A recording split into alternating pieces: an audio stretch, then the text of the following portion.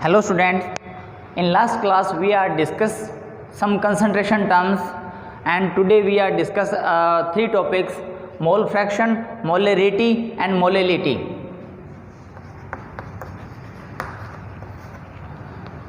सबसे पहले अपने टॉपिक डिस्कस करते हैं। आज का फर्स्ट टॉपिक मोल फ्रैक्शन। तो देखो आज अपने तीन टॉपिक डिस्कस करने जा रहे हैं: मोल फ्रैक्शन, मोलेरिटी एंड मोलेलिटी। ये जो तीनों टॉपिक अगर आप अच्छे से कर लोगे तो इस चैप्टर का अगर आपको न्यूमेरिकल आता है तो आप उसको इजी से सोल्व कर लोगे, क्योंकि आगे जितने भी न्यूमेरिकल्स अपने करेंगे उसमें तीनों टॉपिक आपको अच्छे से आने चाहिए: मोल फ्रैक्शन, मोलेरिटी एंड मोलेलिटी। देखो what is the mole fraction. अब यहाँ पे ये जो वर्ड है ना ये क्लियर कर रहा है इसको।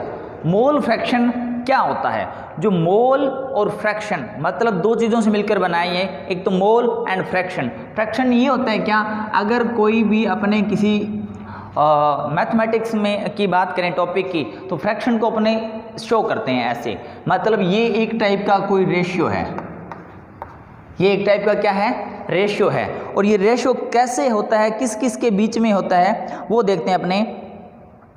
The number of the moles, ratio किसके बीच में है, शॉर्ट में लिख रहा हूं मैं, the number of moles of one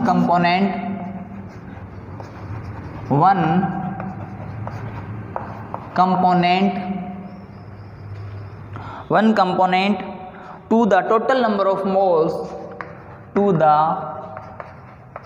total number of moles of solution।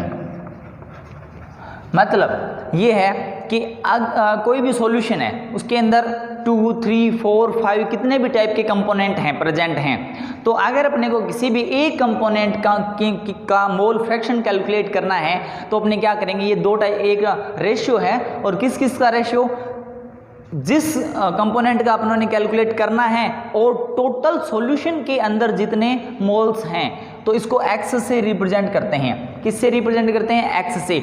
अपने एक टॉपिक किया था ऑर्गेनिक का, उसमें जो x था वो था हैलोजन एटम, बट ये x हैलोजन नहीं है, ये इन फिजिकल का है। तो इससे अपने क्या किससे शो करते हैं, मतलब ये होता क्या है, x मोल फ्रैक्शन। इसका फॉर्मूला लिखो आप, मोल्स ऑफ कंपोनेंट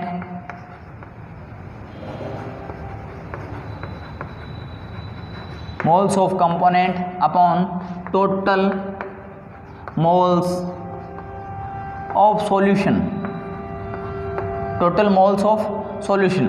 अब देखो ये जो मोल फ्रैक्शन है इसमें अपने सॉल्यूट और सॉल्वेंट की बात नहीं करेंगे, अपने सिर्फ किसकी बात करेंगे, मोल्स की, और किसकी बात करेंगे, कंपोनेंट्स की। अपने एक एग्जांपल लेते हैं जिसमें दो टाइप के कंपोनेंट हैं A एंड B। अगर अपने को A एंड B इन दोनों के मोल फ्रैक्शन कैलकुलेट करनी हो तब अपने क्या करेंगे, देखो XA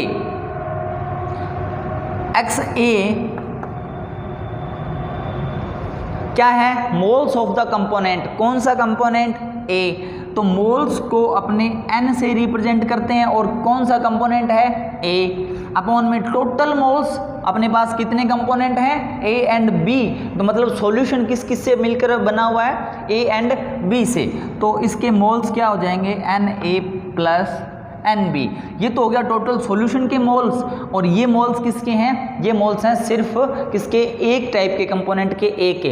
अब इसमें अपनी XB भी कैलकुलेट कर सकते हैं। XB कैलकुलेट करेंगे तो अपने क्या लिखेंगे, number of moles of component B and total number of moles, ये लिखेंगे यहाँ तक। अब देखो उसके बाद बात करते हैं अपने नेक्स्ट, जो मोल्स होते हैं उसका फॉर्मूला क्या होता है, mole is equal to weight upon molecular weight. Mole is equal to weight upon molecular weight. तो अगर आपको क्वेश्चन दिया गया हो जो भी, उसके अंदर अगर नंबर ऑफ मोल्स नहीं दिए गए हों, सिर्फ वेट दिया गया हो, तब अपने इसको कैसे कैलकुलेट करेंगे। इसको देखो, ये जो फॉर्मूला है इसमें अपने क्या लिखेंगे, n की जगह वैल्यू पुट करेंगे अपने W/m। तो X A is equal to क्या हो जाएगा, WA अपॉन MA अपॉन में WA upon MA plus WB upon MB, XA ये हो जाएगा। और अगर आपको XB कैलकुलेट करना हो और उसमें आपसे ये पूछा जाए कि आपको मोल्स नहीं दिए गए हैं, तो या तो क्या दिया गया, मॉलिक्यूलर वेट, और उसका क्या वेट और मॉलिक्यूलर वेट देकर कैलकुलेशन करनी पड़े, तो अपने इस फॉर्मूले से करेंगे। XB को भी इस टाइप से लिख लो। XB में फॉर्मूला किसका है, ऊपर अपने क्या लिखेंगे, NB की वैल्यू, तो WB upon MB upon WA upon MA plus WB upon MB, ये फॉर्मूला बनता है अपना XB का। तो ये चार फॉर्मूले, अब देखो इसी से तो वही बना है, तो यही याद रख लो सीधा डायरेक्ट। और अगर ये नहीं याद रखना चाहते तो वो याद रख लो, क्योंकि चार फॉर्मूले तो आप याद रखोगे नहीं, तो बहुत फॉर्मूले होंगे। अभी तो अपने फिजिकल स्टार्ट ही की है, तो आप सिर्फ ये फॉर्मूला याद रखो। अच्छा, इसके अंदर एक फॉर्मूला और याद कर रखना है आपने, एक रिलेशन है XA plus XB is equal to 1।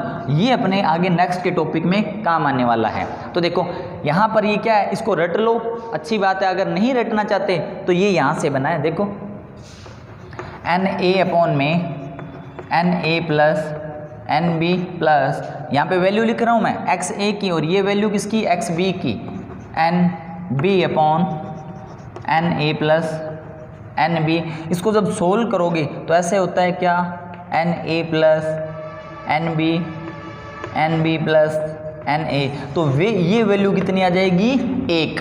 ये वैल्यू कितनी है, 1, ठीक है। तो देखो ये जो 1 है, तो ये यही तो है, ये कहाँ से आया, यहाँ से। तो ये आपने एक रिलेशन है, इसको याद करना है। अभी अपने एक क्वेश्चन करते हैं, और क्वेश्चन की लैंग्वेज मैं इन शॉर्ट लिख रहा हूँ और आपको PDF के अंदर मिल जाएगी। अच्छा, इसमें एक चीज़ और बता देता हूँ मैं, अगर आपके पास सेकंड चैप्टर के नोट्स ऑलरेडी हैं या आपका किया हुआ है, तो आपको नए नोट्स राइट करने की ज़रूरत नहीं है। आप लोग क्या करना कि दोनों नोट्स का कंपैरिजन कर लेना, और अगर PDF में कुछ एक्स्ट्रा मिले, कुछ मिले एक्स्ट्रा अगर आपको, तो आप वहाँ पर क्या करोगे, उसको ऐड कर दोगे। वरना जो पहले आपके नोट्स हैं, जो आप सर ने आपको पढ़ाया था, आपके पुराने जो सर थे उन्होंने, तो वो अच्छा ही पढ़ाया है, ठीक है। तो आप उसको वहाँ से भी पढ़ सकते हो। और लैंग्वेज अगर आपको उसमें आप परेशानी आ रही है तो नए बना सकते हो, कोई ज़रूरी नहीं है। बट कोई ज़्यादा अपने कॉपी भरने से मतलब नहीं है, अपने को मैटर क्लियर होना चाहिए। तो देखो अब अपने क्या एक क्वेश्चन करते हैं। क्वेश्चन ये है, क्वेश्चन ये कहता है, calculate the mole fraction of ethylene glycol in solution containing 20% of C2 ethylene glycol. Question ये है 20% एथिलीन ग्लाइकोल का सॉल्यूशन है, 20% ethylene glycol by mass solution है। या तो ऐसे लिख लो या आप इसको ऐसे लिख लो, W/W सॉल्यूशन है। तो इसके लिए आपको क्या करना है, X को कैलकुलेट करना है। तो देखो इसमें सबसे पहले चाहिए अपने को एथिलीन ग्लाइकोल का फॉर्मूला। एथिलीन ग्लाइकोल का फॉर्मूला ये होता है OH CH2OH, ठीक है। इसको शॉर्ट में कैसे लिखेंगे, C2H6O2, ये एथिलीन ग्लाइकोल है, ठीक है। अब इसका अगर आपको मीन पता है तो ये मोल फ्रैक्शन का टॉपिक यहाँ पे आप इस क्वेश्चन को कर सकते हो। इसका मीन क्या है, इसका मीन है 20 ग्राम एथिलीन ग्लाइकोल, शॉर्ट में लिख रहा हूँ मैं, एथिलीन ग्लाइकोल मिक्सअप है किसके अंदर, 80 ग्राम H2O में। बस होगी कहानी क्लियर, यही तो है। ये देखो कल तो पढ़ा था अपने टॉपिक, इसका मीन पता है 20 ग्राम एथिलीन ग्लाइकोल डिजोल्व है किसके अंदर, 80 ग्राम H2O में। तो देखो इसके लिए अपने अब क्या करेंगे, XA का फॉर्मूला ये रहा, A मतलब अपने किसको मान लें, एथिलीन ग्लाइकोल को, X एथिलीन ग्लाइकोल। अब अपने पास क्या दिया गया, देखो यहाँ पर ग्राम दिए गए हैं और यहाँ पे भी ग्राम दिया होगा, नंबर ऑफ मोल्स नहीं दिए गए। क्या नहीं दिए गए, नंबर ऑफ मोल्स नहीं दिए गए। तो अपने पहले नंबर ऑफ मोल्स कैलकुलेट करते हैं। नंबर ऑफ मोल्स अपने N ethylene glycol is equal to W/M होता है, आपको पता है W/M होता है। तो यहाँ पे मैं लिख रहा हूँ W का मान 20 और M कितना होता है, इसको कैलकुलेट करो। इसको कैलकुलेट करोगे तो इसका M कैलकुलेट मतलब इसका मोलिकुलर वेट कैलकुलेट करेंगे तो कैसे आएगा, 2 × 12 + 6 + 2 × 32 24 6 + 32 ये हो गया 62। तो इसका कितना हो गया 62, ठीक है। और N कैलकुलेट करना है किसका, दूसरी इसका कंपोनेंट कौन सा है, एक तो एथिलीन ग्लाइकोल है, दूसरा कंपोनेंट कौन सा है H2O। तो इसका कैलकुलेट करेंगे तो ये कितना है, इसका वेट कितना है 80 ग्राम और इसका मोलिकुलर वेट कितना होता है 18। इसको आप सोल्व करोगे, इसका आंसर आ जाएगा 0.3 और इसका आंसर आ जाएगा 31 कर लो आप 0.34 आ जाएगा, 34 आएगा इसका आंसर और इसका आंसर आएगा 4.4 के करीब, 4.4 के करीब इसका आंसर आ जाएगा। अब देखो, अब अपने पास वैल्यू आ गई तो अपने क्या लिखेंगे, N एथिलीन ग्लाइकोल अपॉन में N ethylene glycol plus NH2O। इसकी वैल्यू पुट कर दो आप यहीं। N एथिलीन ग्लाइकोल कितना है 0.34 और एथिलीन ग्लाइकोल कितना है 0.34 प्लस में NH2O कितना है 4.4। ये कैलकुलेशन हो जाएगी और ये इसका आंसर क्या आ जाएगा, X ethylene glycol is equal to 0.34 upon में 4.4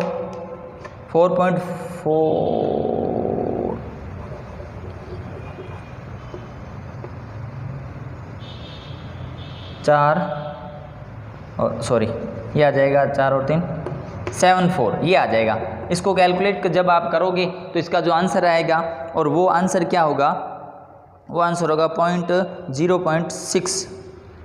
इसका आंसर हो जाएगा 0.06 के करीब। तो एथिलीन ग्लाइकोल का जो मोल फ्रैक्शन है वो कितना आएगा 0.06। इसकी कोई भी यूनिट नहीं होती, कोई भी यूनिट नहीं होती, क्योंकि ये देखो ये क्या है, ऊपर भी क्या है मोल्स हैं और नीचे भी क्या है मोल्स। तो मोल से मोल क्या हो जाता है, कैंसिल हो जाता है, तो इसकी कोई भी यूनिट नहीं होती। अगर अपने को XH2O कैलकुलेट करना हो तो अपने क्या करेंगे 4.4। XH2O कैलकुलेट करना हो तो अपने दूसरी वैल्यू क्या रखेंगे ऊपर और नीचे कितना हो जाएगा, इसको मैं सीधा ऐड करके लिख रहा हूँ 4.7, तो ये हो जाएगा 0.9। तो अपने पास X ethylene glycol and XH2O दोनों वैल्यू आ गई। अभी अपने नेक्स्ट टॉपिक करते हैं मोलैरिटी।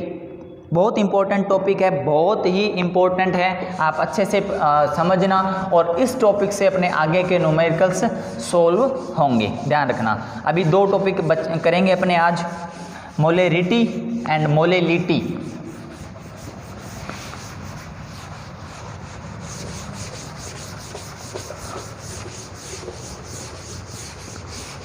देखो मोलैरिटी क्या होता है, रटना नहीं है बिल्कुल भी, इसको मैं आपको अच्छे से समझाता हूँ। देखो कोशिश करो समझने की। मोलैरिटी पहले अपने को मीन पता होना चाहिए।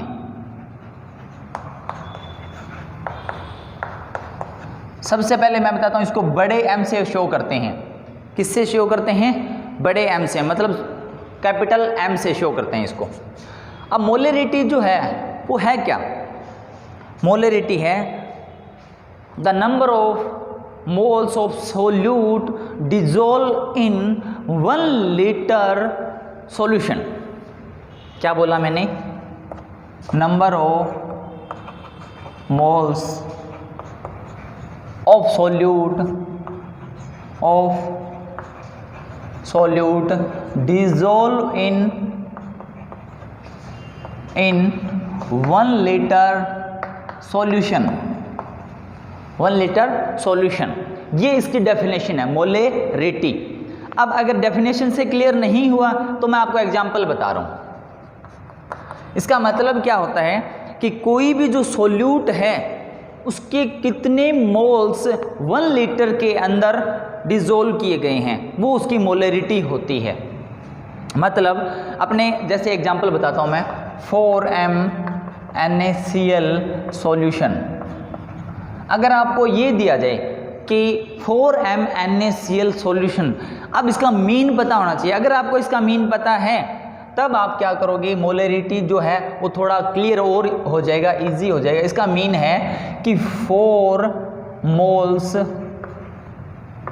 Of NaCl dissolve in 1 litre solution, dissolve in 1 litre solution. तो ये है। तो देखो इसमें आपको जो भी दिया, ये जो m है ना, ये m किसको शो करता है, मोलेरिटी को। और यहाँ पर अगर ऐसे लैंग्वेज मिले आपको तो ये m किसको शो करेगा, मोल्स को, कि NaCl के कितने मोल्स, 4 मोल्स डिजोल्व किए गए हैं किसके अंदर, 1 लीटर सॉल्यूशन के अंदर। ठीक है, इसका फॉर्मूला लिखते हैं अपने, m is equal to number of moles of solute upon volume of solution. और किस में, लीटर में, किस में, लीटर में। ये इसका फॉर्मूला, स्टार्टिंग फॉर्मूला ये, number of moles of solute upon volume of solution in litre. अगर यहाँ पर मैं लीटर की जगह ml करूँ, क्या कर दें, ml कर दें, तो इसको 1000 से मल्टीप्लाई करना होता है। क्यों करना होता है, देखो आपको पता है, आप पढ़ते हो, फिजिक्स पढ़ते हो, मैथ पढ़ते हो, तो आपको रिलेशंस अच्छे से आते हैं। 1 litre is equal to 1000 ml is equal to 1000 centimetre cube. ये एक रिलेशन है, इसको आपने ध्यान रखना है। तो देखो 1 litre is equal to 1000 ml is equal to 1000 centimetre cube, ये रिलेशन है। तो यहाँ से पहले लीटर था, लीटर को हटाया यहाँ से अपनों ने, तो 1 लीटर ये सॉल्यूशन क्या होगा, ml को बनाना है अपने, तो 1/1000 आ जाएगा। यहाँ पे 1/1000 लिखा और वो कहाँ चला गया, ऊपर चला गया। अब देखो, अब अपनी इतनी बड़ी बड़ी लैंग्वेज तो लिखेंगे नहीं, इस फॉर्मूले को बनाते हैं अपना शॉर्ट। तो वही बात आपको पता होनी चाहिए, अगर अपने सॉल्वेंट को A से डिफाइन करें और सॉल्वेंट को A से रिप्रेजेंट करें और सॉल्यूट को B से रिप्रेजेंट करें, तब अपना जो फॉर्मूला है उसको क्या अपने कर सकते हैं, उसके अंदर m इज इक्वल टू, ये क्या है, number of moles of solute, मतलब n, और सॉल्यूट को किससे रिप्रेजेंट किया गया है, B से, इंटू 1000 ये लगा दो, और V, और ये किस में है अपने पास, ml के अंदर। अब n का फॉर्मूला भी आप लोगों ने लिख लिया था पहले, n is equal to weight by, मतलब moles is equal to weight by molecular weight. तो W B into 1000 upon MB into V और वो ml, ये इसका फॉर्मूला आ गया। अगर आपको सीधा direct number of moles of solute दे दिया जाए तो इससे कैलकुलेट कर लोगे। अगर आपको number of mole of solute नहीं दिया जाए, वेट दिया जाए, तब आप इससे कैलकुलेट कर लोगे। और इसमें एक बात और बता देता हूँ मैं आपको, ये जो मोलेरिटी होती है, इसकी यूनिट होती है मोल पर लीटर, मोल पर लीटर होती है। और या इसको आप इसको m से भी शो कर सकते हो, या तो मोल पर लीटर और या क्या इसको कैपिटल M से शो कर सकते हो। इसका क्वेश्चन करते हैं अपने।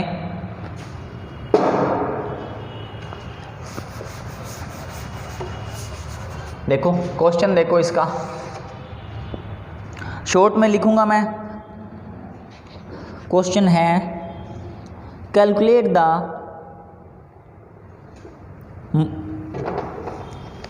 द मोलेरिटी अच्छा क्वेश्चन लिखता हूँ मैं, 2.46 ग्राम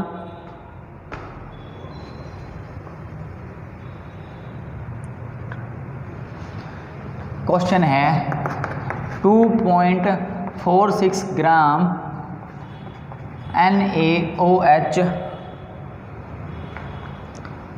dissolve in water, 2.46 gram NaOH dissolve in water and solution is made to मतलब जो सॉल्यूशन है ना उसका वॉल्यूम दिया गया है और वो कितना है 100 सेंटीमीटर क्यूब। और क्या दिया गया इसके अंदर चेक करते हैं अपने, calculate the molarity of solution, m को कैलकुलेट करना है। पहले अपने को ये पता होना चाहिए कि यहाँ पर ये क्या क्या चीज़ें दी हुई है। देखो ये जो फॉर्मूला है इसमें अपने को WB चाहिए, MB चाहिए एंड V चाहिए। V दे दिया, ये रहा V अपने पास है, और यहाँ पर ये नहीं दिया, ये दे दिया। तो क्या क्या चीज़ें है अपने पास, V is equal to 100 centimetre cube, इसको पहले नोट डाउन कर लो, और WB क्या है 2.46। अब आपको कहोगे WB कैसे, W मतलब वेट और B मतलब सोल्यूट, तो सोल्यूट कौन सा है यहाँ पर NaOH। WB ये रहा, MB अपने को पता नहीं है, कैलकुलेट करो NaOH का, Na का 23, O का 16, H का 1, ये हो गए 40। कितना हो गया 40। अब देख लो इस जो फॉर्मूला अपने पास है उसके अंदर सारी वैल्यू आ गई क्या, इसी फॉर्मूले में अपने रखेंगे। WB आ गया वो रहा, MB आ गया वो, और V यहाँ पर है तो अपने इसको आप क्या करो, ऊपर किसकी वैल्यू रखेंगे WB की, 2.46 इंटू 1000 अपॉन नीचे किसकी MB और V। MB कितना है 40 इंटू V कितना है 100। ये मैंने रिलेशन बताया था, यहाँ पे सेंटीमीटर क्यूब में दे दिया जाए चाहे ml में दे दिया जाए कोई फर्क नहीं पड़ता। तो M इसका आंसर क्या आ गया देख लो, 1 2 3 1 2 3 हो गया, ये है 2.46 और ये है 6, तो ये अप्रोक्सीमेट आ जाएगा 2.46 अपॉन में 4 इज इक्वल टू 2 होता तो आता 0.5 और 0.5 से ज़्यादा है, ये आ जाएगा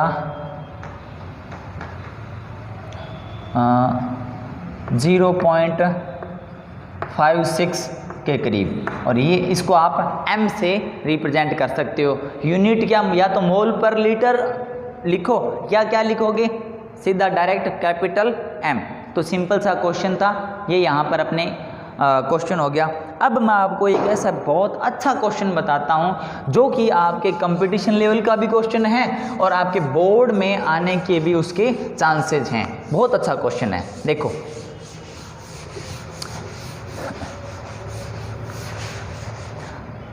ये जितने भी न्यूमेरिकल्स अपने कर रहे हैं, अगर आपके पास और कोई बुक्स वगैरह या नोट्स वगैरह हैं उसके अंदर आपको और जो न्यूमेरिकल्स मिलते हैं तो आप उनको भी करने का ट्राई करना। क्वेश्चन लिख रहा हूँ मैं, ये सॉल्यूशन है, इसकी मोलरिटी M1 है 0.2 m, कितना है 0.2 m, और इसका वॉल्यूम है अपने पास 100 ml। ये कहता है कि इसमें 100 ml जो वाटर है वो ऐड किया गया है, क्या किया गया है, ऐड किया गया है, और नया सॉल्यूशन अपना प्रिपेयर हो गया।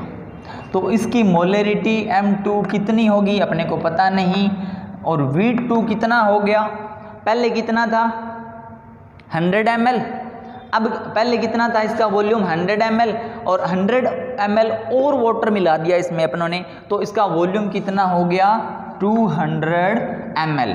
तो अब अपने को M2 कैलकुलेट करनी है, तो ये इसको डबल किया तो ये डबल हो जाएगी क्या, कोई ज़रूरी नहीं है, ठीक है। इसके लिए एक रिलेशन है और वो है M1V1 is equal to M2V2। अब इस फॉर्मूले में वैल्यू पुट कर दो, M का आंसर आ जाएगा 0.2 इंटू 100, M2 इंटू 200, और M2 की वैल्यू कितनी आ जाएगी 0.2 इंटू 100 अपॉन में 200, ये कैंसिल हो गया, ये इससे कैंसिल हो गया, इसकी वैल्यू आ गई 0.1 m, मतलब m2 कितना आ गया, ये आ गया 0.1 m।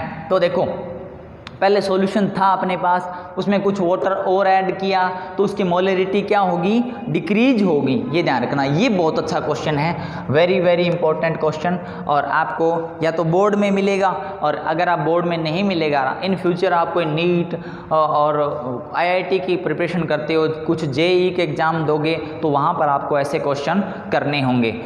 अब अपने नेक्स्ट टॉपिक करते हैं मोलरिटी। Molarity and molality. तो मैं आपको एक बात बता देता हूँ, मोलरिटी और मोलेलिटी है, इसका जो फॉर्मूला है, अगर आपको आपने इसको अच्छे से रट लिया फिर तो ठीक है, वरना इसमें कन्फ्यूजन होने के चांसेस रहते हैं। और अपने को जो नेक्स्ट टॉपिक करेंगे, मैंने आपको बताया था जब अपनों ने कंटेंट्स लिखे थे, अगर आपको ध्यान है तो इस चैप्टर में अपने कुछ टॉपिक करेंगे कोलिगेटिव प्रॉपर्टीज। कोलिगेटिव प्रॉपर्टीज के 4 टॉपिक करेंगे, उन 4 टॉपिक में से 3 टॉपिक के अंदर मोलेलिटी यूज होने वाली है, तो अच्छे से समझ लेना। मोलेलिटी देखो, इसको रिप्रेजेंट करते हैं स्मॉल m से। किससे रिप्रेजेंट करते हैं, स्मॉल m से। अब देखो आगे अपने मोलेलिटी है क्या, डेफिनेशन बोल रहा हूं मैं, number of moles of solute, number of moles of solute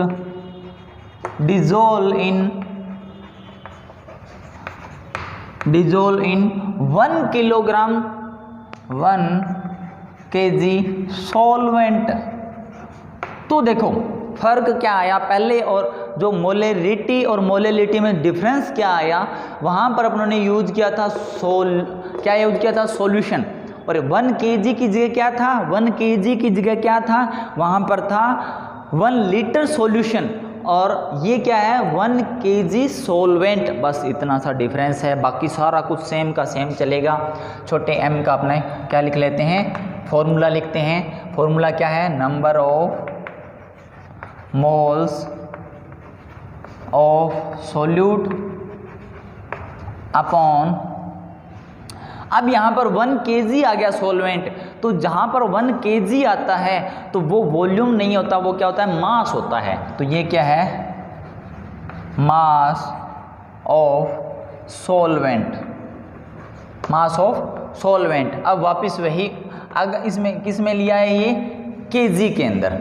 अगर अपने इसको ग्राम में लें तो 1 kg इज इक्वल टू 1000 ग्राम होता है। तो यहाँ से क्या हटा दें, अगर ये सिर्फ क्या लें ग्राम, तो इसको किससे मल्टीप्लाई करेंगे, 1000 से। और वैसे ही इसका छोटे m का फॉर्मूला, अगर अपने क्या माने, सॉल्वेंट को A माने और सॉल्यूट को B माने, लिख लेते हैं अपने, सॉल्वेंट को A से रिप्रेजेंट करें और सॉल्यूट को अगर अपने B से रिप्रेजेंट करते हैं, तब अपना फॉर्मूला क्या बनेगा, NB अपॉन में WA इंटू 1000। देखो WA क्यों लिखा, क्योंकि मास ऑफ सॉल्वेंट है, और मास को अपने किससे रिप्रेजेंट करते हैं, W से। आप वापस वही फॉर्मूला फिर बना लो, M is equal to n की वैल्यू रख दो, n का फॉर्मूला क्या होता है, WB,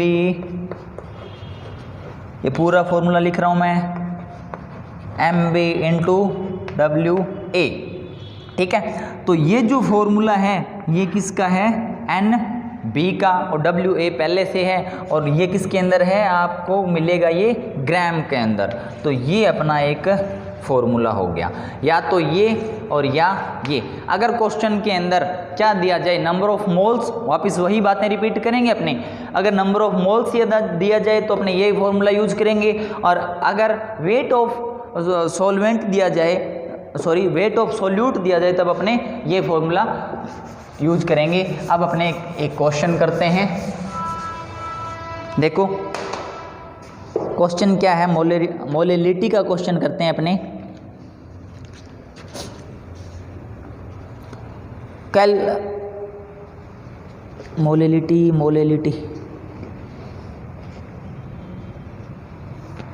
calculate the molality of solution 20.7 gram potassium chloride potassium carbonate dissolve, ठीक है